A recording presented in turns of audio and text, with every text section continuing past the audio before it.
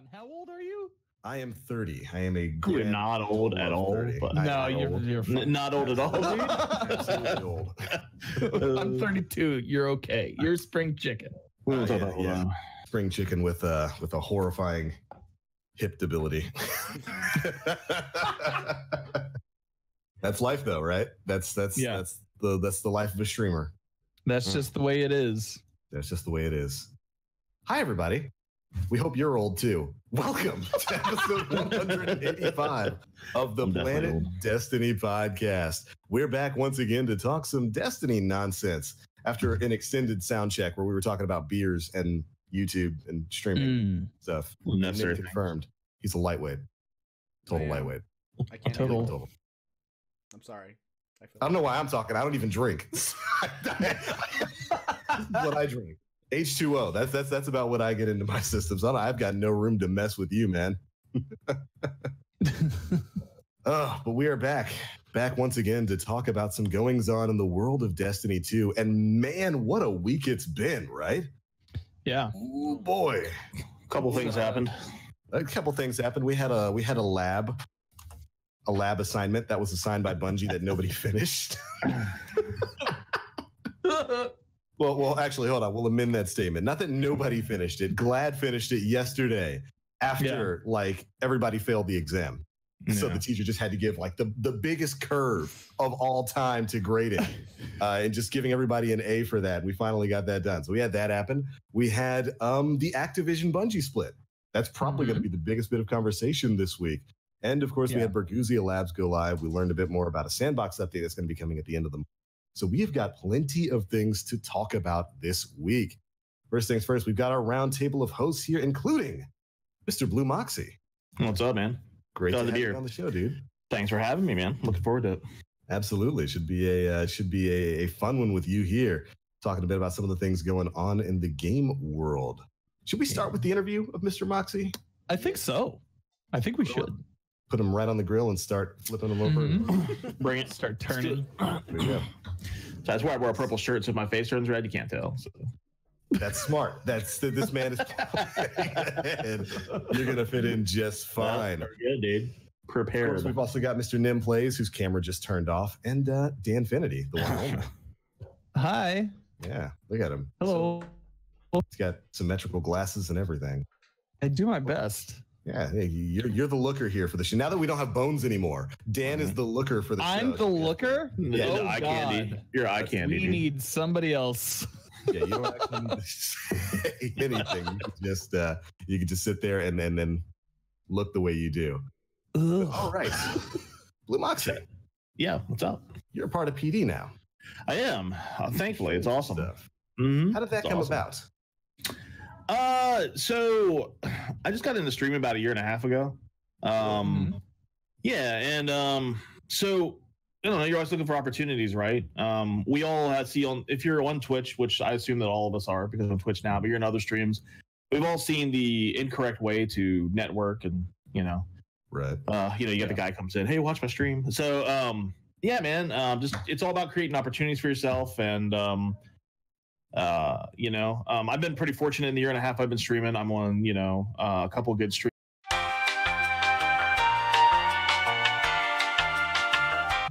That's Siri, dude. Right. So before we, restarted this, we were talking about how you got started with PD. You went through the whole start with streaming there. No. So obviously, streaming has a lot to do with gaming. So I'm assuming you have a pretty big history with gaming. What got you into gaming? Well, yeah, man, I'm old. So I've always played, I'm old. I'm 44. So yeah, so I was, when I was little, I had an Atari, the old 2600. Then I had a ColecoVision. I had a Nintendo, a Super Nintendo, a Sega Genesis. I feel like I'm singing a Biggie Small song, right? Super Nintendo, Sega Genesis. But no, so and I've always had the system. I had N64. I moved up the line. And then so I got married and I have kids and stuff, and kind of put that stuff to the side. But I was like, man, I was like, man, I want to play games. That's what I do. So we got a Wii because it was the least expensive system. But then I look, okay, so yeah, Wii sucks. So I look over at people playing Xbox games. I'm like, look how real that looks and stuff. I want that. So so I eventually got a 360, and then continue on down the line. Now I have a One X. I have an Xbox One X. I'm starting to slowly transition over to PC stuff. My PC is good enough to play games on it, but I don't stream them on there. I stream on Xbox One. But I play D2 on PC. It looks beautiful. I want to be able to stream that. But yeah, man, I've always been a gamer. I've always played video games. So right on. And that's quite the history there from way back in the 80s. Atari and all that kind of stuff. Yeah. Oh, actually, I had a Pong system too before that. Really? And the thing with that is you turn down the TV because it made its own sound. They did like they did that by itself in the machine. It didn't make like game sounds for your TV. Pretty funny. Oh man. Way back in the 8-bit days of glory when the gaming industry really saw its revival after the crash in the late 70s, early 80s. That's such a crazy history. Do you have a favorite game by chance? And why I mean, currently, got the 360 and I was playing a lot of Skyrim. And I went to GameStop one day, and this was like 2 days before the launch of Destiny. And the guy sold me on it for whatever reason. So I got it, I brought it home, but I didn't play online, and I kind of put it to the side. And then I was working at Comcast, but I was looking at the call center side of it. So the people that you call and say, "Hey, my cable's not working," they say like, "Okay, hold on, let me do some research here. We have a high-tech system here, we can fix it." The system's saying unplug it and plug it back in. And so you were that guy. I'm kidding, but yeah, I'm the guy that told you to unplug your box. So there was a guy that sat in the cubicle across from me. He had a Destiny poster in his cube. And I was like, "Oh, dude, you play Destiny?" I was like, "I have that too." And then anybody that's in my chat knows that was NX226. I play with him all the time, still to this day. Lots of memories of that guy doing Vault of Glass runs on Fridays, Crota, and on down the line. So I love Destiny, man. It's a great game. I love what I see there as far as potential. I don't think it's hit anywhere near that yet. But it's fantastic. And I never played FPSs before that. Really? No, never played like Call of Duty stuff. And a lot of people that stream on Twitch have like, Call of Duty or something like that. They played like there at some point. I've never played any of stuff. And it's still to this day, like I see people streaming like Rainbow and stuff like that. And this is not my thing, but Destiny definitely is. Definitely love me some Destiny. I like a good MMO too. MMOs are good. I like a good MMO grind. I haven't found one of those. I kind of have an itch right now and he's crash with that. I've been playing a lot of Black Desert Online. That's okay. It was on sale for $5 recently. Plus Goth's been playing it, so I kind of got onto that. It's good grind. But yeah, mostly Destiny, man. How did you get into Destiny? What drew you to that? Well, like I said, just playing with friends online. That's the first game I ever played with online with friends, and like the guy that I met at Comcast NX, that's my buddy I still play with. It was the fun I had with people online playing, So yeah, man. I mean, it could have been any other game that we like played online and made members of that, but it was Destiny. And like I said, I like all the games that I dig the lore aspect of it. I really like that. It's the same reason we watch like Harry Potter successful, Star Wars, all this the deep universes. Like they do such good job like story building, even like Game of Thrones. It feels so deep and like so real, the worlds they build and stuff. It's because they have good lore and good backstory, And Destiny's like that too, in my opinion. It has like really, really good lore. I'm glad they brought that back. But yeah, so definitely the lore and like the world they create too. Right on. And I think it's interesting that you talked about needing another MMO there, because Destiny kind of tried to style itself a bit as a first-person shooter MMO sort of experience there. If you're still looking for an MMO, man, Final Fantasy 14, probably one of my favorite MMOs. Yeah, I see chat saying about that. Yeah, that's one of the that's probably one of the best MMOs I've played really since original World of Warcraft days. But so you jumped in with Destiny. You got into it as your first FPS because other people were playing with it. Yep. So what was your experience with D2 when that first? Okay, so I started hitting the button for right at the end of D1. Just like anybody else, hype, right? D2, it's going to be awesome. Yeah. What Bungie is really good. Well, okay, either Bungie or Activision, because we'll talk about the split then. But like one thing Bungie is going to miss is Activision did a lot of their advertising and promotions and stuff like that. So I was on board the hype train 100% with D2. They had the live reveal in Los Angeles or around that area, wherever it was. Mm-hmm. It looked great. Like, what is that gun? What is this? And like, I was stoked. And then it came out. Thought it was awesome. Same experience as like a lot of people had. I did a grind for about a month, and then I was like, what is? I started noticing when I logged in. I'm like, what? I don't really have anything to do. And, I never had that problem in Destiny 1. Like, I never had, like, I was like, what am I going to do today? I don't have anything to do. Like, Destiny, I was weird, man. It was foreign territory, so to speak. And, like, it was strange. I was like, this isn't the Destiny I know. And then it just increasingly just went downhill, We won't talk about, like Curse of Osiris, I was excited for Curse of Osiris because I was like, well, I've heard all about Osiris all throughout D1. We're getting a chance to meet these NPCs, learn about them and stuff. Yeah, we didn't. Like he came in for. That's what. Yeah, exactly. That's one of my biggest beefs with D2 is the fact that they introduced these like storied lore characters and then they're in there for like 3 to 4 months and then you don't hear from them ever again. Like if Bungie would do it. Just bring them forward. I hear you guys. I watch you guys every week, and I know you guys have a problem with the planetary vendors not refreshing, and that I think that goes hand in hand with it, man. Like, can we get like Osiris involved in the game and like Anna Bray more? I don't want some cheesy thing where they're fighting alongside us in a mission like Zavala, like up against the rock, telling us to get in this bubble. I don't want that, but there has to be a way to like make those characters still relevant. Destiny 2 is in a very good spot right now. Arguably the best it's ever been. Well, it is, but there's a lot on the surface. You look at it, you're like, oh, this is a good game, but there's a lot of like holes like that, like the planetary vendors. I too have a problem with that. The loot system.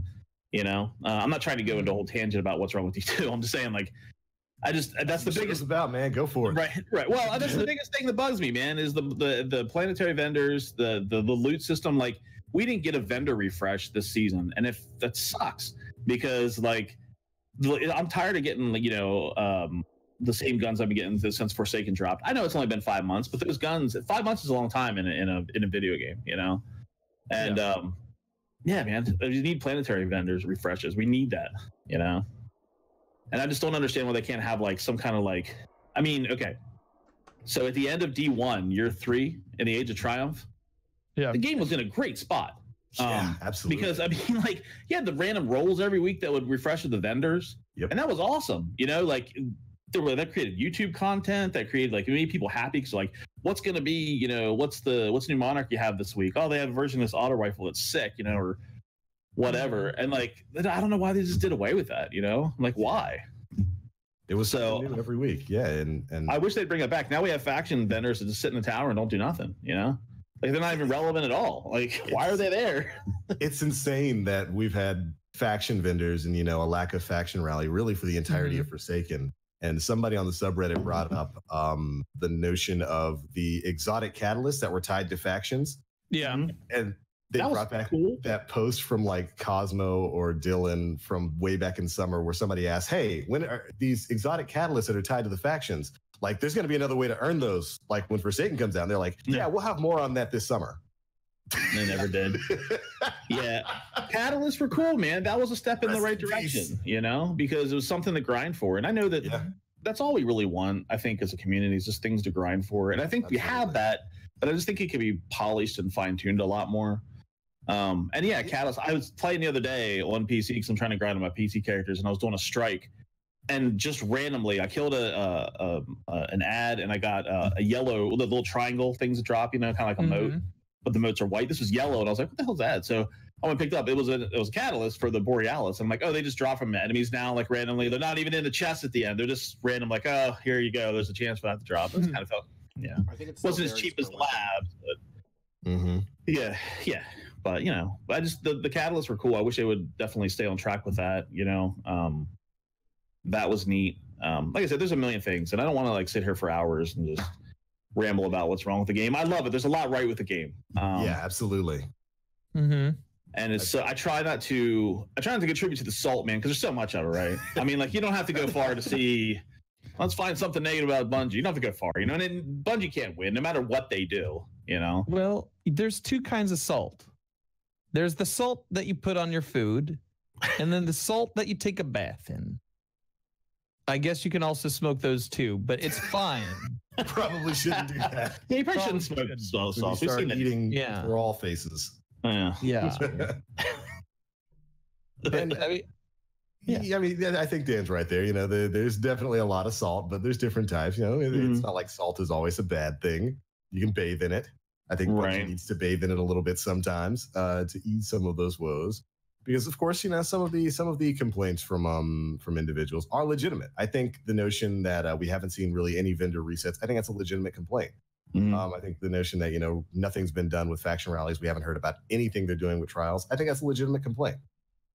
I don't want to put out the notion that there's not things to do in Destiny right now. Plenty to do. Too much to do. You can log in any week and have a huge laundry list of things to get done per character.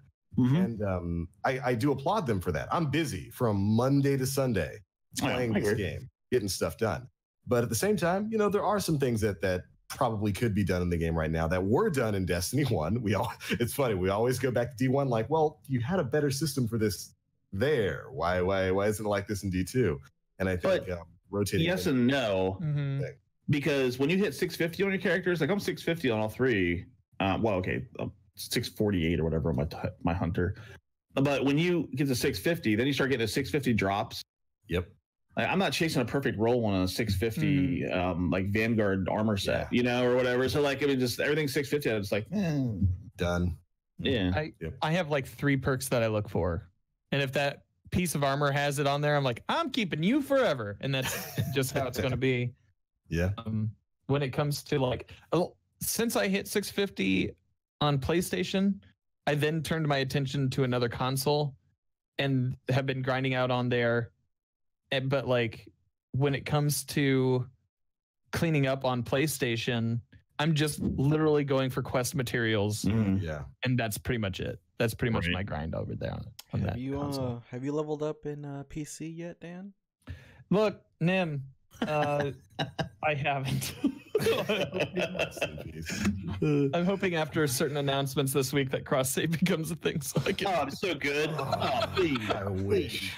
No need cross-play, just cross-save, right? Just cross-save. Oh, yeah. Wait forever, I think. Yes, amen. Yeah, cross-save, please. Speaking of cross-save, we had a pretty interesting thing happen this week with Bungie, didn't we? We had a couple pretty interesting things happening. One good one, one not so great. It was interesting all the same. But yeah, we had a big announcement from Bungie that basically they're separating from Destiny publisher Activision. And even more excitingly, they are retaining the full rights to the Destiny IP. This was probably the biggest bit of news to drop from really Destiny this week. I don't think anybody here really expected it, did we? There was that tweet that went out on Thursday from Schreier. Yeah. And my heart immediately sank into my chest. I didn't see that tweet. What did it say? It was like there's I'll have to find it, but it was along the lines of like, so to some news, some rumors I'm hearing have me thinking of this today, and it was about like tensions between Activision and Bungie since possibly around D1. And it was from a tweet that he had sent out, like a thread that he had sent out probably like 2 or 3 months ago. Yeah. And it was, so I was like, oh man, I hope nothing's going on. And like somebody else was like, well, what's going on, Jason? And he goes, it's the end of the world. Well, Bungie's in a meeting right now. Yeah. And I was like, fuck. Like, uh-oh. My heart sank in my chest. And we were talking about it pretty heavily in the in our collective team Discord. Yeah. And I didn't believe that it was positive news until after, like halfway through the third paragraph of our Jason Destiny. Did say that it was good news for the Bungie team in those in that thread. That they were happy about it. Yeah. But I hadn't read that part. Oh, okay. So I was real worried. Gotcha. But yeah, it was man. What a freaking day. Yeah, turns out that they are separating. And they went public with it quick too. Like, most of the time, like mom and dad get divorced. Like, we won't tell the kids till till the like they just meeting happened and they're like, oh yeah, we're free. I'm thankful for that though. I'm glad they came right out and said it. So. I think it benefits them as well, for them to go public as soon as possible, considering that a lot of times Activision was kind of the scapegoat for when people in the community wanted to put the finger on somebody, they would immediately go to Activision. Agree. Also going public with this kind of saved them from a very specific PR disaster that we're going to talk about later in this show. I will say the timing of this is rather suspect. True. That's funny. But it's crazy news. Bungie is no longer really going to be affiliated with that. Well, I won't say won't be affiliated with them, but they're no longer going to be using Activision as a publisher. They now fully own the IP Destiny. And that got a lot of people really excited. A lot of people were really happy that Bungie is basically going to be taking the reins of Destiny. I think overall it's probably a good thing. They did the same thing with Microsoft and Halo. But in that move, they left the rights to Halo with Microsoft and 343 rather than retaining the rights to that IP. And I understand the excitement from a lot of the community. I think they should be excited. But Nim's got a real point there when he says that you're not going to be able to point at Activision and say, oh, Destiny had these issues because of that. Yeah. For those out there, I do want to temper expectations. This is something that was a big topic of conversation on Fireteam Chat this week on DCP's podcast. If you think that Activision no longer being involved suddenly means all of Destiny's problems are solved, that ain't it, Chief. Yeah. That's definitely not it, and you're going to be a little bit disappointed sometime in the future because as we know, Activision wasn't really the cause of all of Destiny's problems. Definitely not. I don't know that we see any changes anytime soon either. Yeah. No, so I expect if we're gonna see any changes in Destiny, we're probably not gonna see this up until sometime next year, or whatever the next iteration of Destiny may be. They have in the pipeline. Because again, Activision is primarily it's their publisher, and they deal with all of the most of the financial stuff of things. I'm assuming here. Probably one of the most positive things that we can see possibly is no longer exclusivity for no conflict exclusivity. Because I think that's I'm sorry, I mean step one. I'm sorry. Activision is kind of like that big company right there that merged Sony and Bungie together, which is why also Call of Duty gets all of their DLCs before anybody else does. 30 days ahead. Yeah. So hopefully this brings, everything into a more even playground, and which could open up the possibility for either cross saving or cross play at some point in the future as well. One can hope. There's definitely a lot of benefits here. There's going to be some detriments too that we can take some time to talk about, but I don't want people to I don't want to deflate people's balloons here. I don't want to deflate their excitement over Bungie basically going indie dev with this sort of thing. I think that's a good thing. Bungie's made a lot of money. They learned a lot of things, and they have they've done a great job with Destiny overall. And I think a lot of people would agree Destiny right now at Forsaken has finally reached, if not exceeded, the level that it was at with D1 Age of Triumph. I would say Forsaken is probably the best we've ever had the franchise, and they can only move forward there. When talking about some of the benefits from this move, I think the biggest benefit outside of the console-based exclusivity nonsense is the fact that they're no longer going to be held to that Activision content schedule. That was the cause of a lot of issues with Destiny, really throughout its development history. Not counting the tearing down of the game and rebuilding from the ground up, 13 months before release. That happened with D1 and D2. I don't know how they managed to do that for both games. But one of the biggest issues with Destiny 1 and with Destiny 2 was that they were held to an annualized release schedule. Basically, the original contract that they had with Activision was that they would produce 2 minor DLC packs like House of Wolves, Dark Below, and then a major content release or a new game every year. So we would have D1 come out, Dark Below a few months after that, House of Wolves a few months after that, then The Taken King, then 2 more DLCs, then Destiny 2 and all that kind of stuff. And we all know how that worked out with Destiny 1. Basically, after year one, they threw their hands up and said, we can't do this. We can't adhere to this schedule. That's way too much content for us to put out within this time frame. And that's why we ultimately got stuff like the Eververse store. Activision was actually, surprisingly enough, people are going to hate that this is a positive statement to Activision, but Activision was actually surprisingly flexible with Bungie when it came to letting them change up their contract. They were contracted to make that content. Activision could have been hard asses and said, no, you stick to this schedule and get this done. But no, they basically let them maneuver that contract around so that they didn't have to keep making stuff, which is why we got Taken King, then a year later, Rise of Iron, rather than Taken King, then like another Dark Below or House of Wolves style DLC.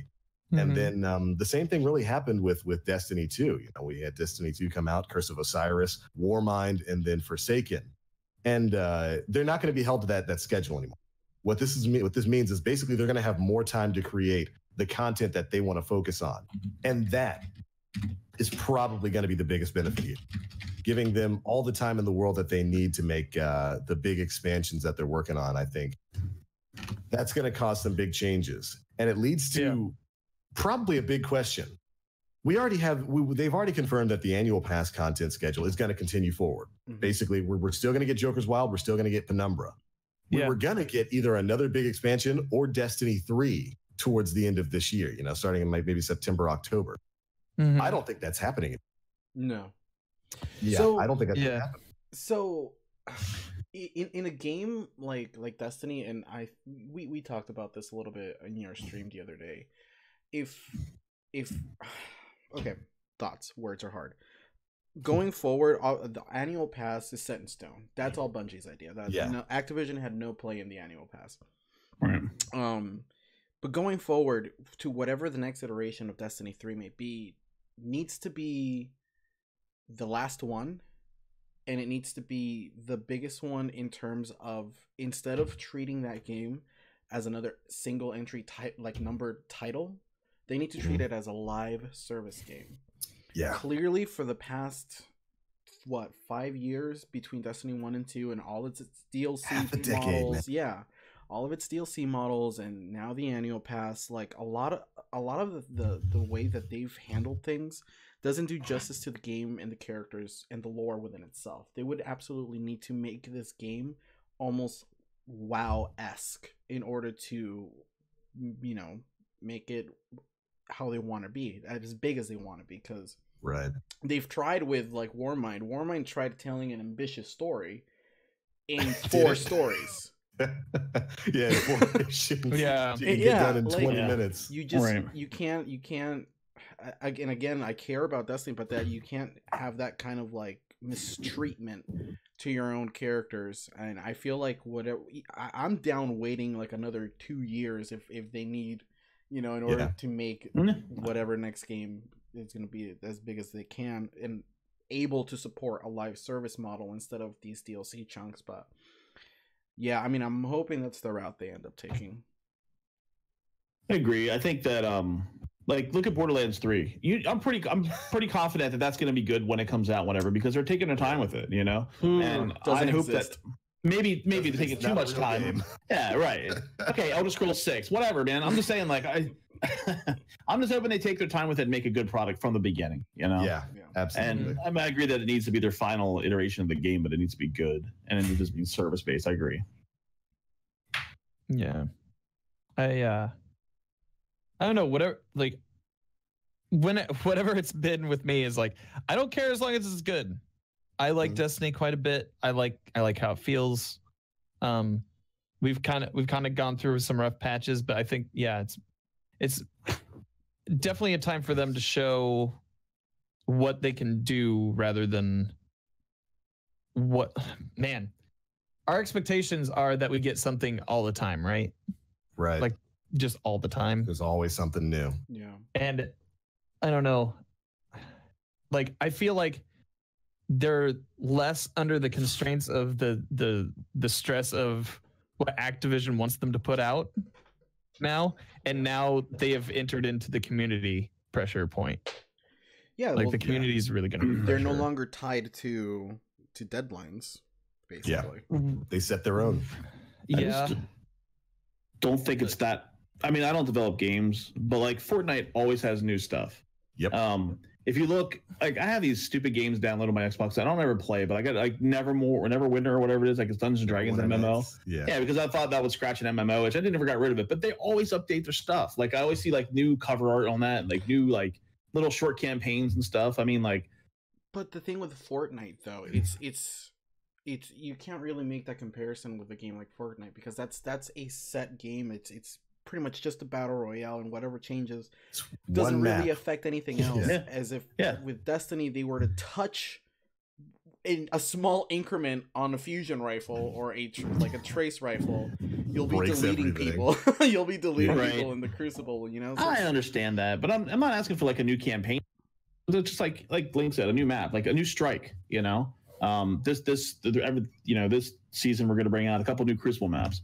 This season we're going to bring out here's a new strike. You know, It's going to be interesting to see how they move that content going forward, because while they will, I do believe, have more time to develop what they want, they do still have a live game that they've got to take care of.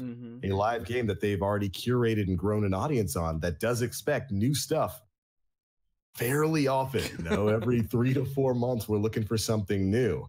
And so it's going to be interesting to see what they do to really, like Nim said, keep it as a game as a live service where there's always going to be something new for you to chase after and new for you to dive into the game for. And in that regard, I don't know how much changes. I really don't, because major releases are still going to be way off. Are they going to continue with the annual pass sort of system that they've got right now, or what? Yeah, it's going to be interesting for sure. And again, you know, we still, from what rumors were going through like a while ago back on Reddit when everything else was happening, was there's supposed to be another version of the annual pass for next year, but again, there's supposed to be another one with a grain of salt. I wouldn't be surprised. There was.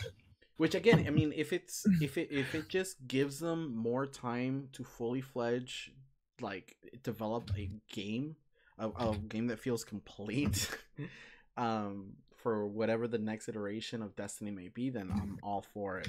Just, you know, get the next one going strong.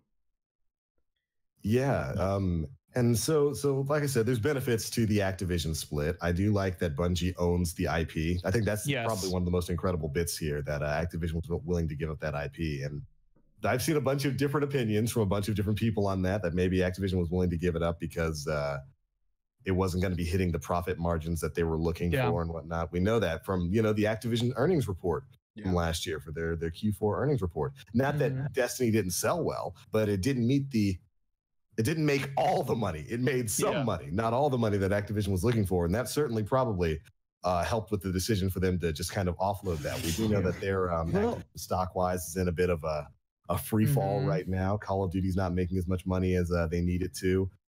Blizzard has had a turbulent past few months. So I think it kind of created a perfect situation for Bungie to separate from Activision under the best possible.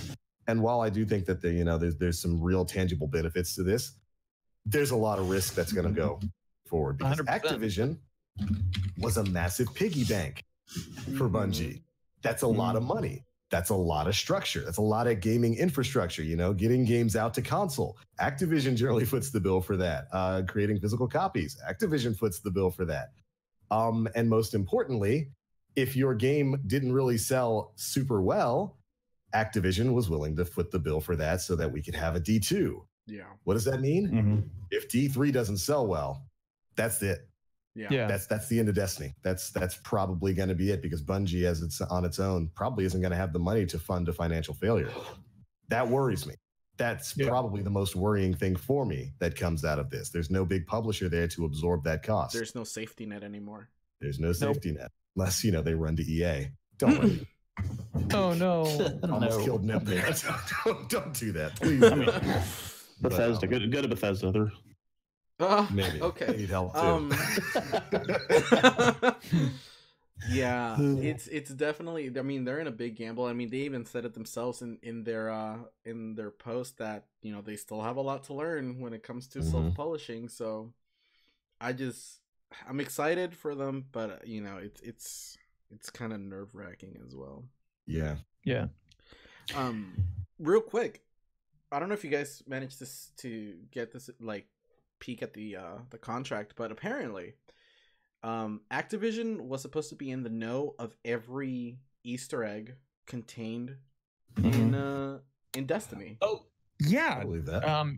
Friend of the show, Jay Sniperton put out a video about like his like he read the contract. I'm gonna my it's a good video. Ashen, he's a big Bungie fan. Like he's from the Halo days, and he was like they used to put like crazy amounts of Easter eggs back in their Halo games, and like some were like obscure enough where you needed to like break out of the map and do crazy stuff to pick up this like overpowered weapon in the middle of a city. So he's pretty stoked that you know that Bungie now has full control, because we could possibly get like some crazy Easter eggs and hidden shit in the future. I'm pretty excited. Absolutely, there's definitely a lot of possibilities there. I think we saw, you know, a lot of people in the community and the gaming world come up and really congratulate Bungie. I think Phil Spencer like posted something on Twitter about congratulations to Bungie for, you know, basically going independent. Yeah. There's options there. I have to wonder if they would go to another publisher. If they did, I'd imagine it would be a much different contract than what they had with Activision. They wouldn't be tying themselves to a 10-year release or a 10-year contract with like a yearly release schedule. Yeah. They wouldn't want to jump right back into the same situation they just got out of. No idea though. It's open water right now. We really have no idea what this is going to mean. Probably not much for the immediate future of Destiny. No, definitely not. But I mean, like a year from now might be. Yeah, and you know, as we mentioned earlier on, the fact that like all of these developers are, you know, they're excited for Bungie's independence could possibly open the doors to maybe crossplay in the future. Because whatever next iteration of Destiny is going to probably need a new launcher. And Epic Games recently made the tools available for everybody for crossplay technology. So that seems like a good route to go for if you're going to want to introduce that kind of gameplay, you know, have D3 in the Epic launcher, and crossplay could be a thing. Do you think that Eververse will stay the same or decrease in like relevance to the gameplay? I have to make money somehow. I think it's gonna stay the same. It's gonna stay the same. Eververse is not an Activision. Eververse is a Bungie. So many people don't realize that, and they realize, oh, Eververse is there because of Activision. Nah, that was a Bungie. They did that specifically so that they could get out of their normal contract stipulation with Activision. I said that today while I was streaming. I was like, the same people complain about Eververse, like, no microtransactions. They're the same people that say, like, I want nice schools, but I don't want to pay taxes. You know? And my schools are nice, but my roads are so shitty. And it's funny because I saw a lot of people. One of the initial reactions to this news was, "Oh, I'll spend money on the Eververse store now. I'm perfectly happy to fund if it's going straight to Bungie." I always was. Changes. They've got to find a way to monetize, you know, the game. If that's either going to be an annual pass system moving forward, or as long as it's fun stuff too, right? Like as long as it's like a savvy mode putting a swing in the rain, that's hilarious, you know. As long as it's fun stuff like that. Like I think now is probably the time we'd see it, like in this. I could see like them doing voice packs now. Oh yeah, you know what I mean? That takes money though, and that's a publishing thing, if I'm not mistaken. Well, then I don't know, man. Well, could they do community creation? Hey, Holtzman, come voice this character from Tefty, come voice this. Community creations. That if they that will tilt me forever. If they want to capitalize on Eververse, they need to involve the community on that. Yeah. There's things they could. So good for Destiny. A community involved Eververse. Like, let people create ornaments for exotics or for whatever and sell them through the Eververse store. People are gonna buy that shit. Yeah, I agree. I would. It wouldn't even be like the first time, because there was a exotic in D1 that was based off of like a community design, wasn't it? I could have swore there was something that the Destiny community, the subreddit came up with, like some weird looking exotic, and eventually Bungie made something that was not exactly that, but basically that. I don't know. I might have to go back. I don't remember what that was. I can't remember. If Eververse came out with ornaments like they had on the Age of Triumph, like that armor, those weapons, if they sold ornaments like that, I'd drop money. Oh yeah. Like, yeah, the ornaments, everything looks so good in the Age of Triumph. So good. That needs to be kind of like the standard for right for like the base armor and stuff like that, honestly. Yeah, you know, just little things like that. And me personally, I've talked about Eververse plenty of times here on the show over the years. I never really had too much of a problem with Eververse because it's, 99% cosmetics. I don't really care about that. I've only ever spent money on Eververse once. It was for that Iron Banner emote because I thought it was cool. It was dumb that you could. In all of D1 and D2? In all of D1 and D2. I've only ever spent money on silver once. And it was for the that Iron Banner emote. So I thought that was neat. So I've never really had too much of an issue with Eververse. I understand the frustrations, especially that it caused way back in the day with like Festival of the Cost. No. that was poor design. That was really poor design from Bungie. Yeah. But I really can't see the Eververse store going away. No. That's like taking money off of the table, and no company's gonna do that. Yeah. But there's things they could do there. Like you guys said, we could have community creations. They could have voice packs for your ghost. They could have ornaments, better ornaments and systems like that. Since they own the publishing to Destiny, do they own the publishing for Destiny 2 and Destiny 1? That I don't know. That should still be. That might still be Activision because it was published under Activision, which is why we might not see a D1 on PC release after this. Also because High Moon and I think Vivi are both contracted by Activision, so they might not even be a part of Destiny anymore after this. Yeah, because those are separate studios, so we don't even know if production of this. They're gonna keep making puzzles like they did, then they can take a hike. Oh, Vivi, that was not a great puzzle. I was trying to segue. Sorry. No, that's excellent. That's pretty excellent. That's not bad. That's not bad. Niobe Labs. That's the thing that happened this week. Ugh. Anybody here finish it?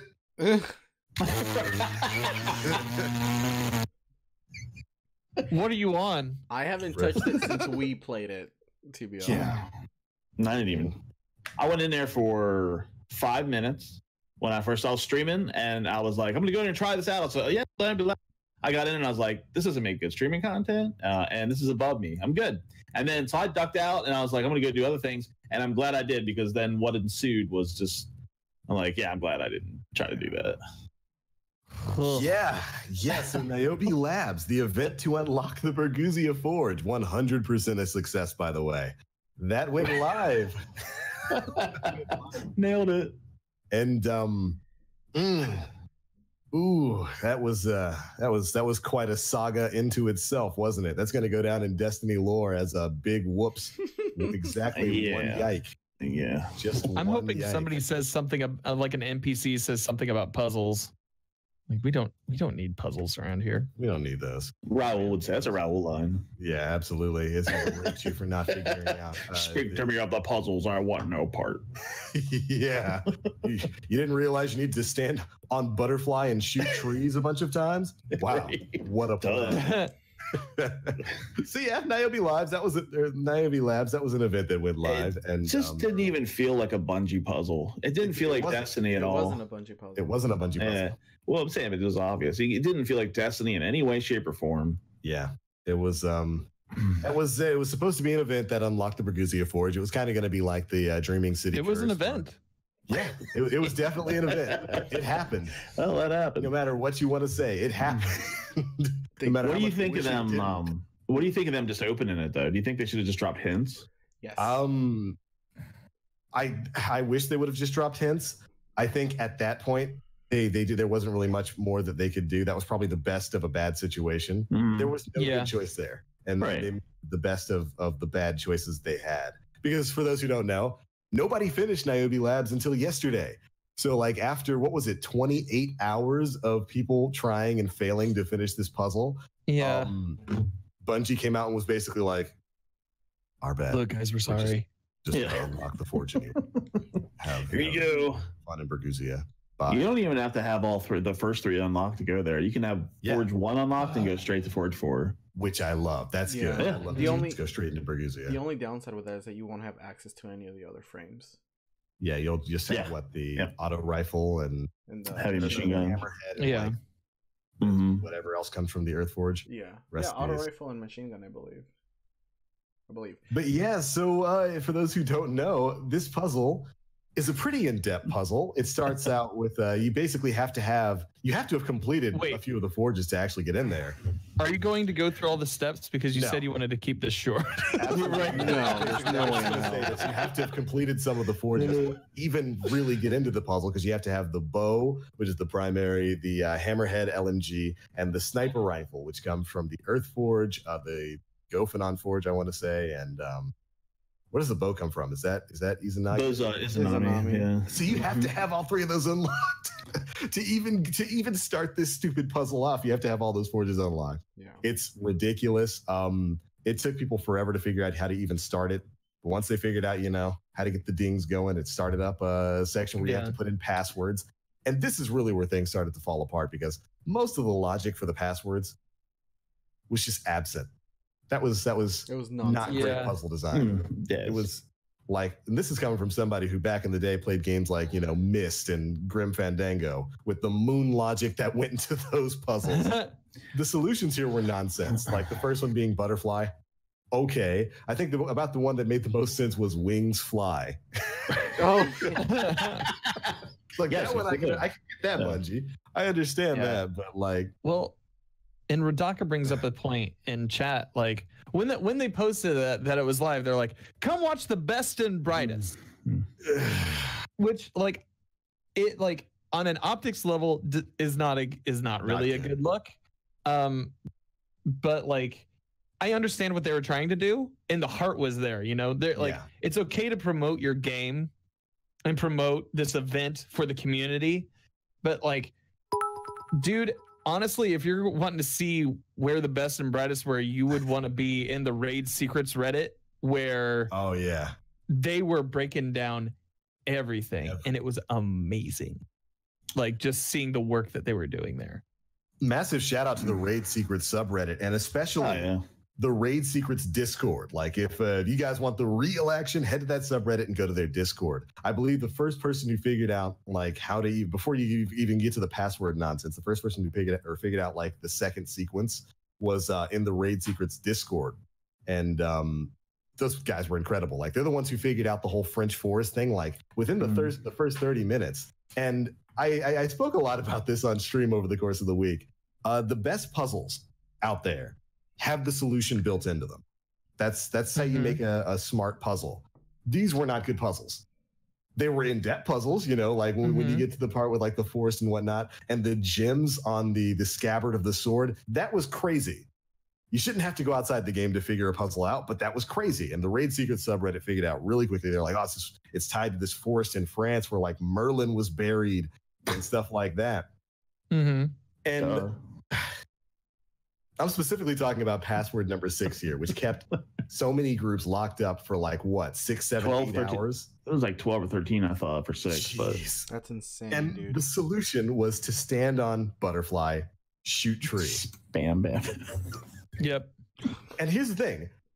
A lot of the raid groups figured that out really quickly. Like if you go back and watch, a lot of them thought about that within like the first 30 minutes. Like, okay, well, Raid Secrets is saying like this force in France. The symbol for the French family for Black Armory is the butterflies. Let's stand on that and shoot tree. Yeah. Nothing in that puzzle says everybody has to stand on butterfly and continue shooting tree. That's just dumb. Yeah. It doesn't make any sense. And some of the other passwords didn't really make any sense. And then like,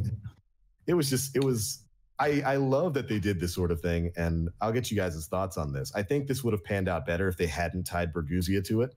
Yep. Yeah, I think if totally it was unlocked, this would have gone a lot better with the community. If it would have been like a whisper thing or something somebody stumbled across, it would have went. It would have been nothing. It would have been cool. It would have been like genius, brilliant. Yeah, yeah. But the fact that it got tied to the fourth forge, and then you go into the fourth forge and the roof is off, you could have just landed a ship in there. That video from T-Rex of him walking in there and just looking up. There's a hole in the roof. We could have just flown in here. Did you guys see Josh Hamrick's response to that? What? No. It was a GIF, and it's just you see this like old timey farmer just going. I was like, I'll tell you why. I don't know. It just walks away. But here's Rest in peace. Here's the thing about the Niobe Labs puzzle, and this was mentioned in when they ultimately had to drop out a hint. Mm-hmm. Yeah. Cosmo wrote, unfortunately, a string on level 7 was improperly removed, which would have provided additional information. Yeah. My question is, how does that type of thing pass through QA? Right. Is there a quality check or anything? Yeah. So, someone in my Discord, Kyle, suggested that maybe when they uncoupled Berguzia from it, maybe that jumbled that, because it's literally the last thing, right? Yeah. So I don't know. But wait, Berguzia was tied to it. What do you mean when they uncoupled it? Well, when they uncoupled Berguzia, When they unlocked it. Yeah, but yeah. I mean, I Was don't it still? think that. I think it was missing before then, though. Yeah. Oh, But okay. again, like even before it gets out to the public, how does internally, like in QA, how does nobody spot that there's additional information missing from the last piece of the puzzle? Yeah. Like that I just agree with blows that. my Don't mind. have the keys. I agree with that. Yeah. They passed it through the same QA group that did the God damn it! What's the solar line rifle that came out? Yeah, everybody's playing laser tag. That No, this is fine. the same QA group did that. Yeah, it's just it's crazy because I mean, if it's a visual, if it's something visual that they said that it would provide additional information, if you're in QA and you see that's missing, like even if you know how to solve it, Yeah. like how do you not spot that before publishing it? I don't know. That just like I don't know game development, but that just blows the shit out of my mind. Yeah. You'd think that would have been caught in QA. And it almost makes me wonder if like the people who were doing quality control and assurance on that were the people who designed the puzzle. So they just knew what to do. And they just checked to see if shooting these things works. All right, we're good. Yeah. Ship it live. We're good. Yeah. Yeah, but again, you know, as we were mentioning beforehand, I think the puzzle in itself, as clever and as intricate as it was, it's fine. It's cool. But tying it to a piece of content that a lot of people are kind of like waiting for doesn't make sense. Yeah. This is the type of thing that either, as Moxie said, should be like a whisper type of thing, or if it was in the raid, because I mean the raid is fairly short. Mm-hmm. You know, It is the very raid is short. really short. So I think tying this to the raid would have it would have made World's First a whole lot more interesting. That's for sure. Oh Yes, man, if man. you get to like the last step and you're just stuck Oh with that, my like, god. an extra 24 hours. Yeah, it was just hilarious because Holy shit! this fight to unlock Niobe Labs is actually now the longest raid encounter. Yeah. It's longer to complete than hilarious. every raid in Destiny's history. So- It's hilarious. Here's a question. So, because I think all we have left in this season, like for main event, the Last Word quest, and I think Crimson Double. So overall, now that we have a lot of Black Armory stuff out, was Black Armory a hit or a miss? Because this is the first sampling of what we're getting for this yearly pass stuff. Mm. Think about release of it. Think about the day one release, all that stuff, and then think about Niobe Labs stuff. You know, it's just Overall, I'd give it about a C. Yeah. That's I think that's fair. But I have a feeling that the lessons that they learned from this will definitely go to improve the next seasons. Yeah, I hope. I'd hope so. I hope. I would hope so too. Luckily for the next season, it's all Gambit tied like events, so there shouldn't be any any blunders like this. I hope. Yeah. I hope. I mean, I want there to be secrets, but we'll see. I still think Niobe Labs was really cool. I think part of the rollout for it was they advertised this a long time ago. Like it was on the content map a long time ago. I think if they would have just left that alone, maybe not advertised it, and left it as a secret, it would have been really cool. But for Black Armory as a whole, I'm trying not to look at it as like an out of 10 sort of thing. Yeah. I'm trying to look at like, was it worth $10? Was it worth or $12 or whatever these break down to? And I'd say it was worth the $10 or $12 $10, that I yeah. spent for it. Content wise, I probably couldn't give it more than maybe a 6 or a 7, so like a C. I know. But, like even the little bit of story that they had was like it's kind of uneven and yeah. And Man, granted, the Ada lore though is top notch. It is. I love that story entirely. It's cool. And like I don't know, and it has something to do with not having story missions and them kind of pushing lore in this new way, right? Right. Like it felt if you read the lore passages for Ada, if you farm for them, or if you just read them through Ishtar Collective,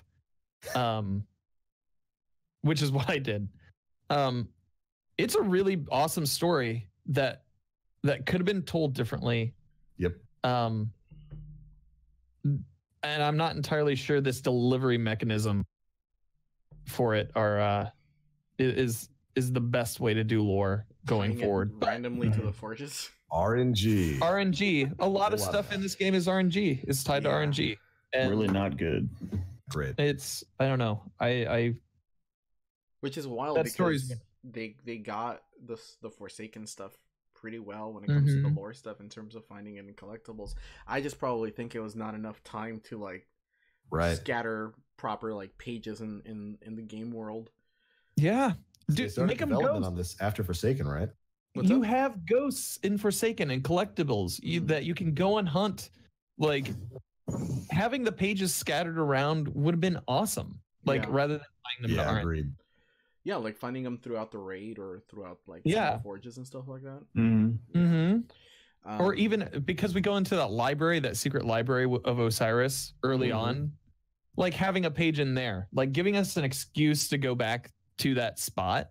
Yeah. Or something along those lines. That would have been cool. But you're talking about that lost sector on Mercury? No, I'm talking about on Earth, like when you go back. Yeah. Sorry. Yeah, okay. And Sagira is attached to your ghost. Right. Yeah. So yeah. There was definitely options that they could have taken here. I think maybe some of this is a bit of clunky development because of how much time they had to make Black Armory. Yeah. I do believe development started after Forsaken dropped, so they only had a few months to put this together. And I think overall, I never really looked at Black Armory as being a big content release. I looked at it kind of the same way that I looked at, like, I think I've used this comparison before, the Division survival mode, which was like a $15 piece of content that didn't really add any story. All it added was a game mode. That's pretty much what I thought of Black Armory as. So it was adding a forge thing to me, which for the most part, I enjoy. I enjoy the forges. I think they can be pretty fun. I like building weapons and all that kind of stuff. But, yeah, that's fair. But is that enough? So if you're going to have a comet drop in September, and then you do, if that's what the annual pass is going to be, it's these little trickle things like that, which you're right, $10, okay, sure. But I mean, is that going to get us through till the next one comes out in March? You know, same weapons, no vendor refresh, nothing like that. Is that good enough? I don't know about that. Yeah, if Joker's Wild drops and there's at least not a vendor reset or some influx of new weapons and armor, I don't know if there's any more excuse for that. I think at this point, you really could just take stuff from year one and start porting it over to year two. And then you and I were talking this week about how ridiculous it is that we put all that work into the Solstice of Heroes gear. Yeah. And it was worthless a month after. Yeah. I heard they're doing that again this year. I read that somewhere. They're doing Solstice of Heroes that's their thing now every year. I wouldn't mind that, but like leaving that stuff back in year one and not porting some of that stuff back over into year two, I think is beautiful armor. Easy way to pad out the stuff that you can grind for right now. Mm-hmm. Plus, our Guardians look cool. Yeah, I like them. Look cool. Like, where's that light up effect? Was that on anything else? No, we have the shaders are kind of cool that move, but you know. Yeah, we had Chroma on literally one armor set in Destiny 2. Chroma.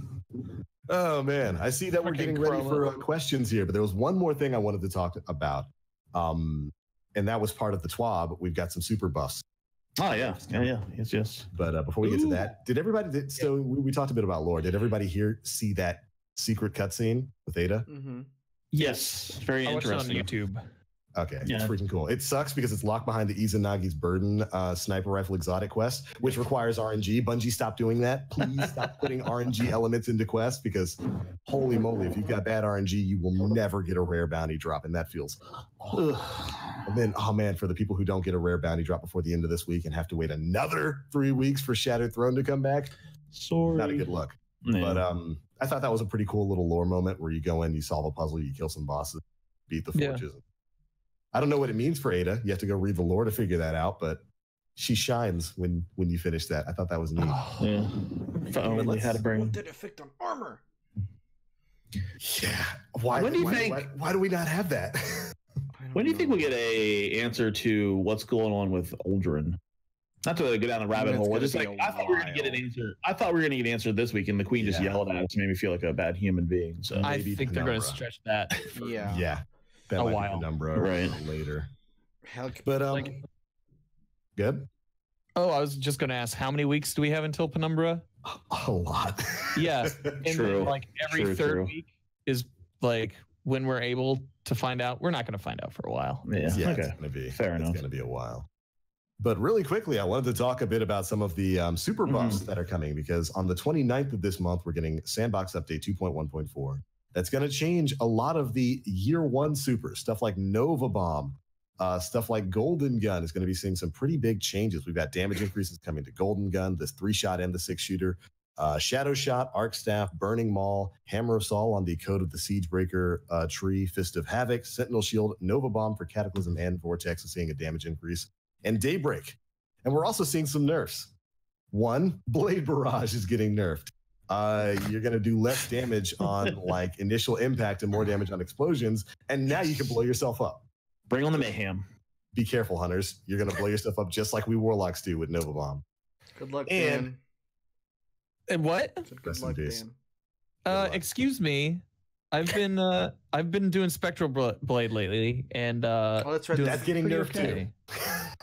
Fuck. Yeah, that's getting. But Nova Warp will now be referred to as Nova Tickle because yeah, that's Nova Bloop. Nova Bloop. Yeah. I don't know if a lot of the changes in Nova Warp were like the range is dumb. Don't get me wrong. I will say that. Yeah, the range is definitely dumb. I use Nova Warp. The range is stupid. Like it's big. Like it just is not needed. But there's you can melt if you see a Nova Warp coming at you, you can melt them. But I don't know. We'll see how it plays. You'll be able to melt them easier because they've got slower movement while charging. Charging costs more energy and the overall duration is reduced, so we run out of super faster. Damage resistance has been reduced, so you're going to die faster. And can you tether them? Probably with the way changes to tether work. And PvP damage reduction, so no more one-shotting absolutely everything. Rest in peace, Noble. You happy? You guys happy? You complained enough and you got it nerfed. There you go. Man, it is kind of ridiculous. I Warlock being in the I just got the Shards of Galanor and now they're nerfing it. God damn it. Rest in peace. Wait, you actually got it? I got him to drop from the Shattered Throne. Oh, no. Rest in peace, Nim. Yeah, what, like a week and a half? Yeah. Enjoy it for about a week. At the very least, you get to enjoy the new Golden Gun changes. Yes. Yeah. It was interesting. That's pretty cool. Shooter sounds really interesting. I mean, it's about time though, right? Like how, like, you know, most you see these supers that go on forever, and then you have Golden Guns. It's like done. You know, it's over. Then it's that needs to be lengthened. Yeah, and you know it's gonna be because 6-shooter now kills return a bullet. So you keep getting kills, you can just keep firing. I think that's a really crazy. It's gonna be so dumb. That's gonna be. Granted, it's not going to elongate your time in the super. You still have like 10 to 11 seconds to shoot all your shots, but that's crazy in PvE. But remember that there's a glitch that if you swap over to Celestial Nighthawk when you're using the 6-shooter, you will lengthen your time in the Golden Gun super. Oh, fuck. You just gave me an idea. Nope. Yeah, that's going to be crazy. And I think the other tree got a buff too with like practice makes perfect. You get your super region has been increased. So there's definitely going to be buffs all around. Dawnblade, I think the only buff they got is they move faster. something like that. I think it's Or that it and lasts extended longer. super time. Go That's faster. it. It's yeah. You get extended super time, which is I love Dawnblade. You're just an AC 130, just dropping fire on absolutely everything. Mm-hmm. But so do you guys have any favored changes that are going to be coming to your supers? I'm glad they're buffing year one stuff. Really happy. Yeah, I'm excited for Cataclysm for sure. Yeah. Increased, I think they've increased the detonation radius, so it's just going to be bigger, which is exactly what it needed. Yeah. You can just like jump over explosions. Yeah, the radius is bigger. The mini Nova bombs won't trigger one another. Thank you, Bungie. Yeah, and now they have more aggressive tracking on a single target. So not bad. Pretty stoked for that because I mean that was like the go-to for damage when it came to like the EP bosses is tractor cannon and Slova him. That's it. Yeah. Oh, dude, and Striker Titans getting that buff to trample, where so trample is the little mini tackle you can do when you're in a Fist of Panic, and now it gives you super energy back. But now the light shoulder attack costs 85% less, so it's going to basically take none of your super to activate and give you more back whenever you land a kill with it, and it can trigger every half a second now. You used to have to wait a second before you could do it again, so you can now just go bloop bloop bloop bloop bloop bloop. That's and cool. They talk about the change in the TWAB, saying that basically under the right circumstances, if you're in PvE and you've got enough targets, you'll be able to keep your super up for minutes. Minutes is how they describe that. I think that's a pretty good buff for the Striker Titans out there. I like it. Yeah, it's good stuff. It's about time that they nerfed the year one supers, because I think we can all agree that the supers that were introduced in Forsaken are amazing. Chaos, barrage, shards, and that kind of nonsense of getting your super back. I think they're all super great, and it kind of made the year one super feel a little bit lacking. So it's nice. They just need to add trees like they had in D1 to each of the 3 branches. Yeah. That would be beautiful. Yeah, absolutely. Good stuff. I'm excited that they're taking an extended look at tethers. That was sorely needed, and I think for arcs. Say what? They've been wonky for a while. Oh yeah, and like the hit detection on what was tethered and what wasn't, it's just awful.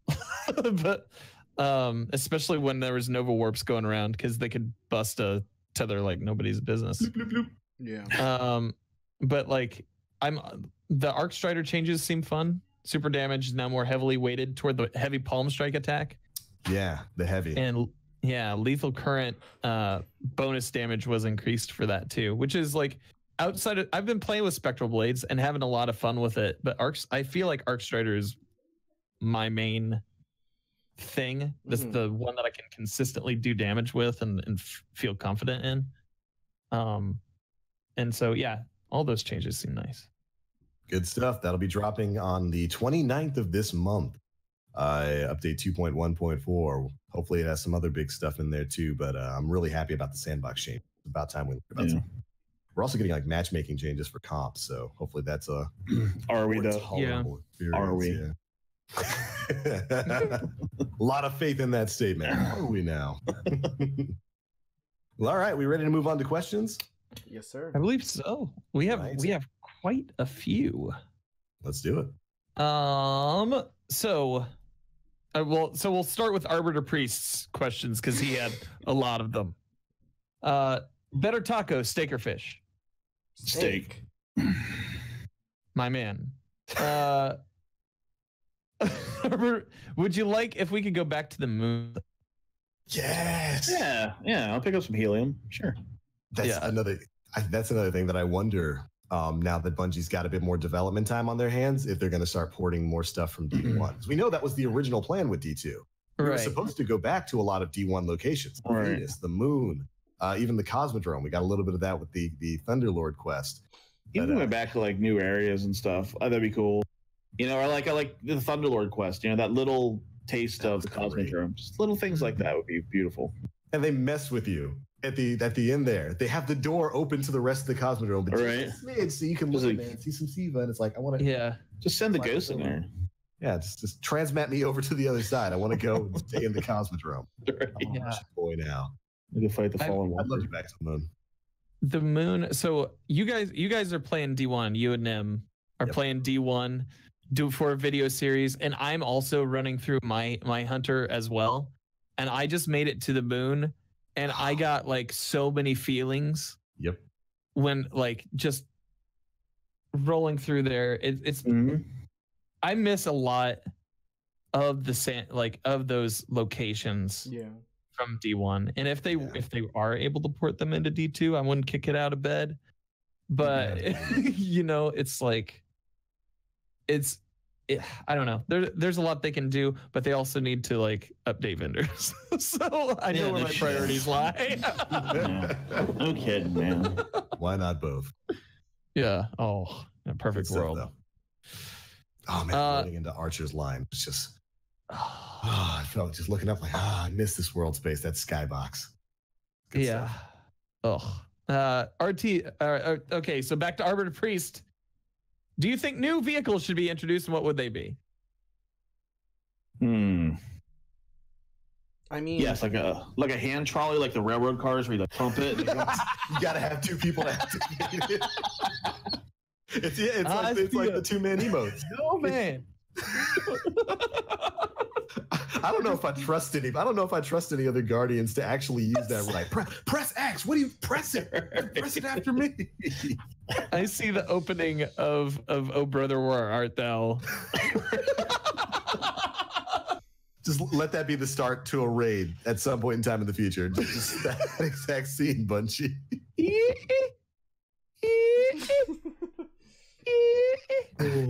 I would love it if we had something like the what were they? The ghosts, the banshees from Halo. Maybe some flying around. That'd be cool. Yeah. Oh man. Yeah, I'm actually kind of cool with what we got right now. I got the sparrow from getting the eggs, finishing out all the eggs. That is a tasty mother. Bungie, if we could chat real quick, why is there no taken trail on that sparrow? If we can just level with me for a second, Bungie. Just level with me, all right? We had so many different cool trails in Destiny 1, but yep. No, man, it's not there. It all goes back to D1. It really does. And finally, from Arbiter Priest, how elaborate of a skill tree do you want for D3? What we had in D1, but expanded. Yeah, no options, no better. Let me min-max. Yeah. That's what I want to do. I finished my machine gun armor set for Black Armory a week or two ago, and that's all I use. I specifically went looking for like double machine gun scavenger, double machine gun reserves, so that when I pick up one brick, I get like 91 shots to Thunderlord. Jeez. And I can hold 311. I love that kind of stuff. I love being able to min-max and completely curate a build. And it's the kind of thing that I wish we could do a bit more of. And give me all the options. Maybe you can make the skill tree in D1 is phenomenal. And like going back and unlocking, I've just been on a nostalgia trip. Going back and unlocking that has been a trip too, because like I forget that like jumps were tied to that as well. Yeah. That's true. Yeah, just giving us the ability to spec out our Guardian the way we want to, because the way they went, or the route they went with D2 is just pre-made loadouts. Yeah.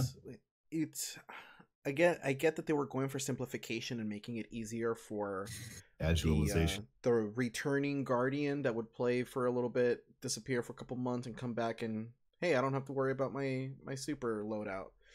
But in a fantasy game like this, like having the options to really customize your abilities and where you want your recovery to go and stuff like that, that needs to return.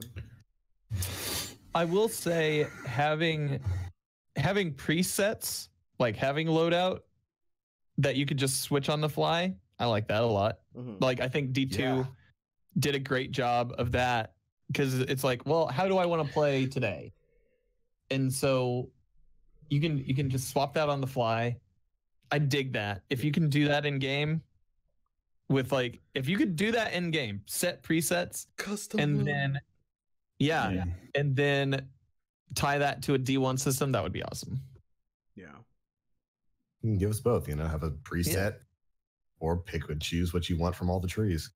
Or I think more options, mo better. Radaka asks, question for the podcast. What do you guys like more? A small story campaign or 3 strikes and 3 new Crucible maps? Both. Why not both? I expect that. Strikes, I guess, because of longevity, I would say. But I will say that, when I asked earlier about what you thought of the Black Armory, I will say that, like, while the campaigns are lackluster sometimes, it definitely feels a little empty without it. Yeah. Yeah. There's nothing progressing the story or narrative there. It's just some disconnected content. Unless you grind the forge or just AFK the forge. And then you're progressing the story. It's just... Who does that? Scum strats. Yeah. I don't know. So after Curse of Osiris, Warmind was kind of like, after seeing what that was, Curse of Osiris was, Warmind was kind of like a great breath of fresh air where we got a little bit of everything. And like, I think that to me is about the perfect size for a DLC release if you're going to release it in that manner. Even if, like, people are complaining, with Osiris and Warframe, that they were just taking adventures or missions and making them into strikes, I would even take that. Yeah. Because it's new stuff to play, Yeah, I think the issue with that is just that time. I mean, not just that, but the fact that strikes are virtually tied to story. Basically, even in D1 they were. Yeah, and there's with Black Armory, there's not a whole lot of that other than like the lore bits. So trying to customize a strike around that would be a little bit difficult. I understand that. I'm just saying I would take that over nothing. Oh no, big same. Like it feels strikes. weird having a content release without any of that. We're used to that I hadn't even thought about the fact that we didn't get any new PvP map with This is a very empty season. That's what I said. It feels really empty. Well, it's $10. I get like for $10 you're getting your money's worth, honestly. Listen, a different so format. You can go to Subway and get a $5 foot long, and it's not just meat and cheese and bread. All right, you get toppings on that thing. You get extra. All right. Right, but it's gone like 5 minutes. Fine, I'm not talking about that. I'm just saying, man. And part of it. So there's going to be some of you guys who hate this argument, but there is a bit of entitlement there. And that entitlement is to be expected. Why? Because that's what's happened with every other big content release. Anytime they've had a DLC, what happened? You got new PvP maps. It's not unreasonable for people to expect that when it comes to Black Armory. For the people who were maybe a little disappointed that we didn't get any strikes or that we didn't get any new PvP maps, I'm not mad at them at all, because that's been the pre-established format that Bungie's had here. It's almost Pavlovian. Yeah, it is built into us. Start drooling when they say the word strike. Yeah, I agree. It's something that's been traditional when it comes to these content releases, and it is a little weird to think that we didn't get one with Black Armory, even if it was like a ported over D1 PvP map. I would actually prefer that. Bring that to us. Maybe First Lighter, like what was that one that was on like Venus, the Wolves Cave one? It dropped with House of Wolves. With the catch in the middle. Yeah, I love Thieves' that. Den. That was it. Thank you guys. Bring it back. There's no reason for it not to be the game. Oh, God. Take that reef map, the one where you float around when you die, your body like floats all over the place stuff. Yeah, dude, please. Yeah, the Drifter. That was do it. Yeah, humans are creatures of habit. So now that we're stepping into a new format, it feels weird not having that stuff that we once had. So it's just, I guess, the shock of a new that's what we're used to. But yeah, I agree. It's weird that we didn't even see like a returning map. You know, at least one. Do you think we'll ever get to a point where we don't compare everything to D1? I mean, I do it too. I do it too, but like, no. Like when D2 first came out, I was like, people complain about the shaders, and I was like, they're not so bad. It's just a new way of doing it. Just look at it like it's a coat of paint. You're putting a coat of paint on each thing. Yeah. And then after like, you know, we're a year and a half in now, I'm like, man, D1 shaders were just so much better. Like 1 out of every 10 shaders I get in D2 is like something I'm like, all right, that's a cool shader. I'd rock that. The Black Armory ones are good. But like in D1, in D1, like it was just like every shader you got pretty much was like, oh, that's pretty cool. I think you mix if you take a little, as with D1 and D2, I think if you take those two systems and merge them together and maybe add like a spin in, you have a really good system for. Yeah, absolutely. And like, yeah, it's I don't know. I don't think we'll ever not compare it to D1 Right. actually. Like so good though. Like in D3, there's going to be something that pops up that everybody's like, well, remember in D2? And like, it's natural. It's going to happen. So, That's normal. Yeah. I don't know, man. Damn. Do you have I know. any other questions in the we have 2 more. Okay. If you guys have time, you guys good? Let's do it. Yeah. All right. Cool. Yeah, I'm good, man. RT Mayday asks, based on things we received in D2 and D1's in-game, what hybrid of content would you all come up with? Just give me D1's endgame. Cult of Armory. Just give me D1's endgame. Like any game. I agree. Take Age of Triumph and push it into Destiny 2. Yeah. Yeah, I was joking around the other day and I was saying how like maybe Bungie's long, right? Like they got to the end of year 3 on D1, like, dude, the game is in such a good place. Yeah, man, it's awesome. But I don't want to split profits with Activision anymore. I got an idea. We'll make it just good enough to sell lots of copies so we make our money, but we'll make it just bad enough that people complain about it. And then we'll get our way out of it. The long con, right? And I played it well. There you go. Right. Yeah. Then we'll bring over all that. That's it. That's the only explanation for why they took all of the smart things. At the end of year 3, like I don't want like they can't. There's no way that the employees at Bungie don't look at the end of year 3 and be like, dude, things were good then. Why don't we bring that over? Or instead of saying like, that's a scrap it. I think you're right. I think you're onto something here. That's the only explanation for why they would take everything they learned in D1 and everything they did for Age of Triumph and be like, let's throw this in the trash and start over with D2. It was the long con. Well done, Luke Smith. Well done. If you had an infinite EP set in the Prison of Elders, I want that. An infinite. Okay, I could see that. Yeah, even as a structure by itself, like you can see as you were going down, you can see like each floor had like so many cells, so it's just like, oh, it's the bloody palace from Devil May Cry. Yeah. That would have been keep going down until suddenly you're faced with nothing but 35 Ascendant Knights. The game is just like, get past this, you dick. I'd love that though. That'd be a real horde mode, you know? That'd be cool. Yeah. For a shotgun at the end. One shotgun. But not for an emblem. That one shotgun crashes the other player's game in PvP. Oh, there you go. Please. Fire wants to win. Let's see here. Last question. Demon Fox 5132 asks, do you think the last word is going to destroy PvP like it did in D1? No. Probably not. Much as I wanted to, probably not. Yeah. Do you guys think that'll be good or bad? Do you think that's gonna be a good gun or a bad gun or a mad gun? The thing with the last word is that like the only other thing that it's going to compete with maybe is going to be Luna's and Not Forgotten's, but it's not going to compete against an Ace of Spades that can, at least on PC, hit you from a crazy reach. Yeah, Ace of Spades so good. Ace of Spades. And shoot, Not Forgotten has unbelievably amazing stats that just trump last word in every form. Because we actually, thanks to some of the data miners for D2, we actually got the stats for the last word, and it's. I think fire's it's in a slower rate of fire than it was in D1. The highest we get in D2 is like 180. Yeah. But although granted, I think it was what it was. Technically, it was a 140 in Destiny 1, but it fired faster. The tooltip said. But yeah, you know, stat wise, it's trumped by stuff like Luna's Howl and Not Forgotten. But I want it to be good.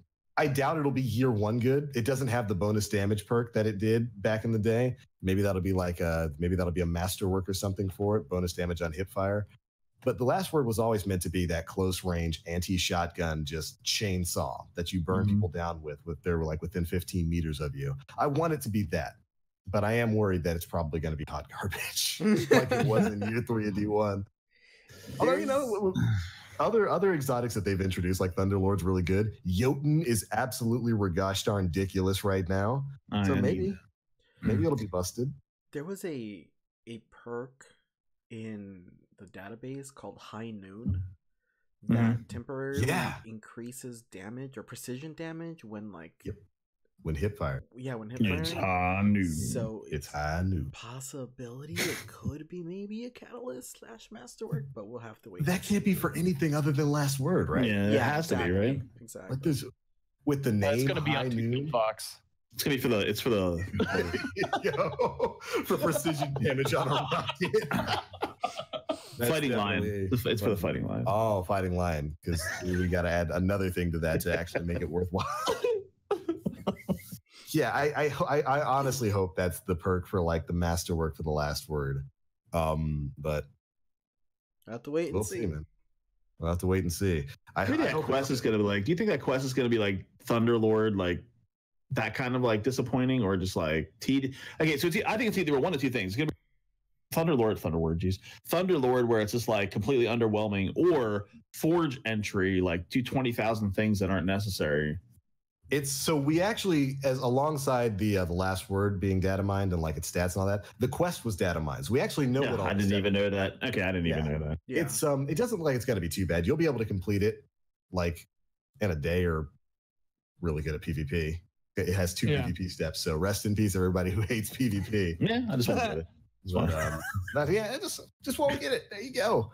But they did come out and confirm that it's not going to be time gated, you know, any more than it is being right now. But it's not going to be like Thunderlord where you can do 1 step a week. Ugh. But the quest looks like it's a decent length. It doesn't look like it, you know, relies on RNG like Izanagi's Burden does. So I'm happy about that. Yeah. It's just going to have that one mission that you have to solo. Yeah. How are you guys feeling about that RNG tied to Izanagi's Burden? Stop it, Bungie. Yeah. I mean, I'll let you know at the end of the. I'll let you know my opinion on that. So who here has had a rare Black Armory bounty drop? Just got one last night. I got one. And I'll make characters. Okay. Wow. I had one drop. I had one drop like last week, and Jarv goes, "Remember, don't turn that in until next week because you're going to need it." And I was like, "What are you even talking about, Jarv?" And I'm glad I listened to him. I am too. Yeah. Good, Nim? Everybody else is having issues. Yeah. In my Discord. Well, remember, we were playing, and when I swapped over to my hunter, turns out I had one already completed, just chilling there, and I completely forgot about it. So when I got to that, I was just like, okay, just go ahead and turn that bad boy in and continue this quest. Yes. So for those who don't know, because you might not have even seen these things, rare bounties drop kind of like the old Vanguard mentor missives from way back in year 1 of D1. They have a chance to drop whenever you complete a Black Armory bounty. Now, there's some speculation there that they're guaranteed to drop after you complete 10. That didn't happen for me. It took me like 11 bounties to finally get one this week. But I had a rare bounty before this week because I remember running Scourge of the Past with Nim, and he was like, "Hey, you got a rare Black Armory bounty?" Because I was talking about it in my inventory, and he's like, "Hold on to that because you're going to need it for these Nagi's Burden quests." And I thought, okay, well, it's fine. I don't know how long it's been in my inventory. Turns out it expired at the start of this week. So I didn't have that bounty, and I had to go grinding through several days worth of daily bounties from your girl 801 to finally get that. And that's just not a good feeling. It's not a great feeling to tie quest steps like this to RNG, where somebody, you know, like Nim could get one on every one of his characters. or somebody else could do bounties every single day and never get one. Yeah. It's not a good feeling. And especially when you have a quest like this that's going to have some time-gated content, because one of the quest steps for the burden is to complete the Shattered Throne. That's only available once every 3 weeks. So if you don't get it done this week, I feel so I hate that. I honestly dislike that. Yeah. I like thematically like I don't great. Yeah, I don't like the idea that you have to go into this thing that's not even tied to Black Armory to then complete something from Black Armory. And I don't know, man. Like Izanagi's it almost would be worth it to replace that step with the Niobe Labs. Yeah. You know. At least now we know the solution. Yeah. Actually, you know what? If Niobe Labs was a part of that quest, I think it would have been way better received. Yeah. Now that I think about it, Dan, that's actually, yeah, because that actually would have been a lot cooler to just have that as a part of the quest. Do you think you'll get the sniper this week? A second part of that question, do you think you'll get the data pad quest done? Because that data pad quest requires one person in your fire team to have the sniper at least. Yes, it does. And I got that done immediately after getting the sniper. Nice. So I don't have to worry about that. Well, you got the sniper though. There you go. Yeah, I have the sniper, so I can do it.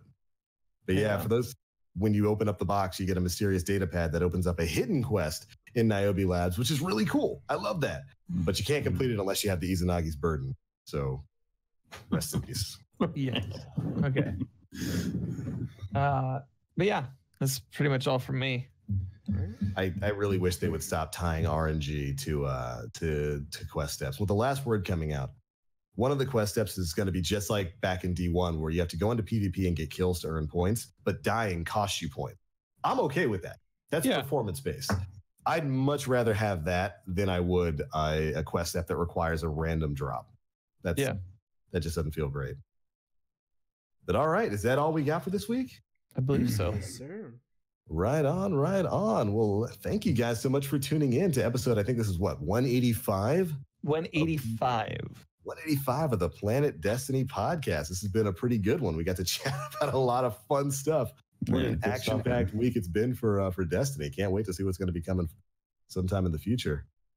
But right on, everybody. Yo, BlueMoxie, thanks for joining us tonight, man. Thanks for having me, man. Hope we can do this again. It's fun. You want to just take Aura's spot? Sure. Since you play as a Warlock. Sure he wouldn't mind. Yeah, we'll just call you Better Aura. Spell. Yeah. You just we will now officially refer to BlueMoxie as Better Aura because he has the right opinion about Warlocks. Hoping that why he would be on. The reason why I show up every week is so that you guys don't replace me with a Warlock. You figured it out. You figured out what happened to Mega Magwitch. Oh, that's right. You're Hunter guy. That's right. Booted him out. Yep. I knew it. I'm not that guy. I'm not the master class. I'm not that guy. I like them all. They're fun. They're all fun. Fair. I will say that my Hunter's very neglected. I was talking about it today. It looks like he has like the Tangled Shore armor on. Yeah. This looks terrible. The same thing. I haven't played as my Titan or my Hunter at all in Black Armory, so this week I'm going to be getting caught up on all that. Fun. But yeah, man, thanks for having me. It was fun. No, it was great to have you here, man. And before we get on out of here, we'll give you a chance to shill your stuff. Let everybody know where they can find you across the internet and what you got coming up this week. You can find me at my house. No, that's not funny. No, that's the dad in me, dad joke. So the address, right? Twitch.tv/BlueMoxie, Blue_Moxie. You can find me there Monday through Friday, daytime hours, 9 to 3ish. You can come hang out, man. We have a pretty fun community. We have a lot of fun. We laugh about a lot of things. And on Planet Destiny, Sundays 10 to 3. You can check me out there. And hopefully I'll be able to come back on here sometimes, once in a while. Absolutely. Absolutely. Yeah, there you go. And you can follow me on Twitter at BlueMoxie2. BlueMoxie 1 was taken. No, I don't.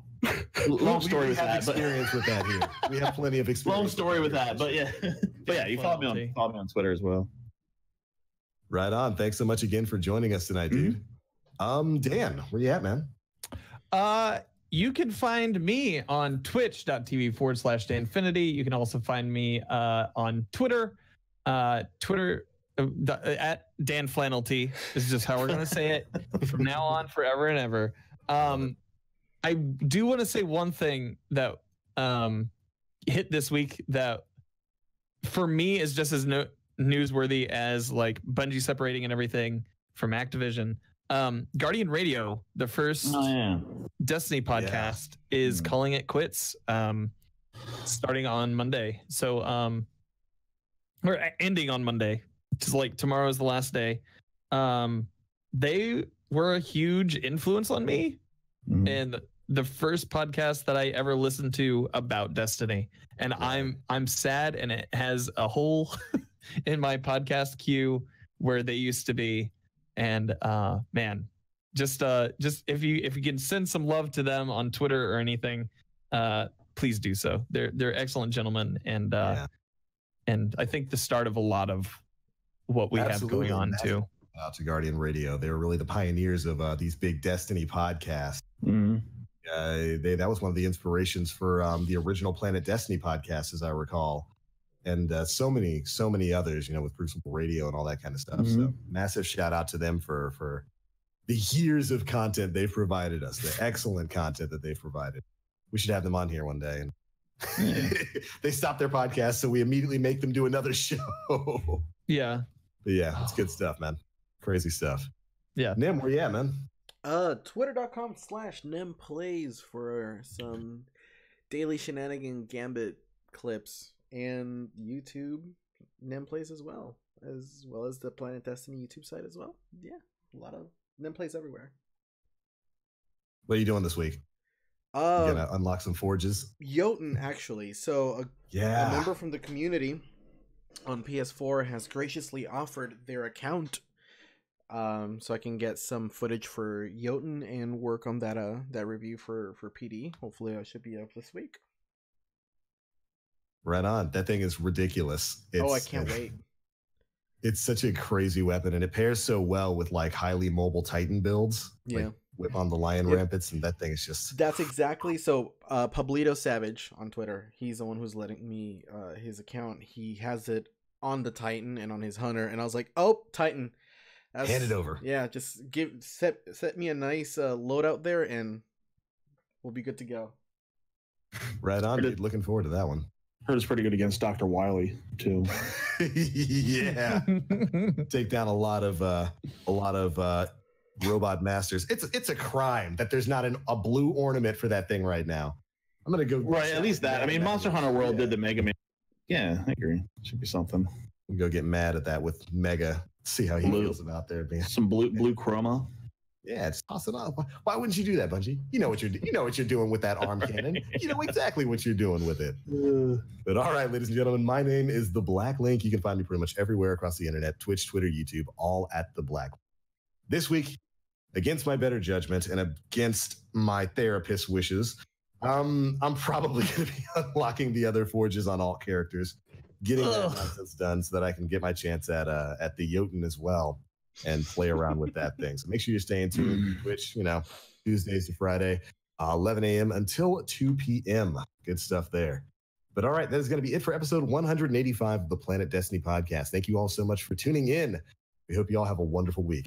Catch you in the next one. Bye, everybody.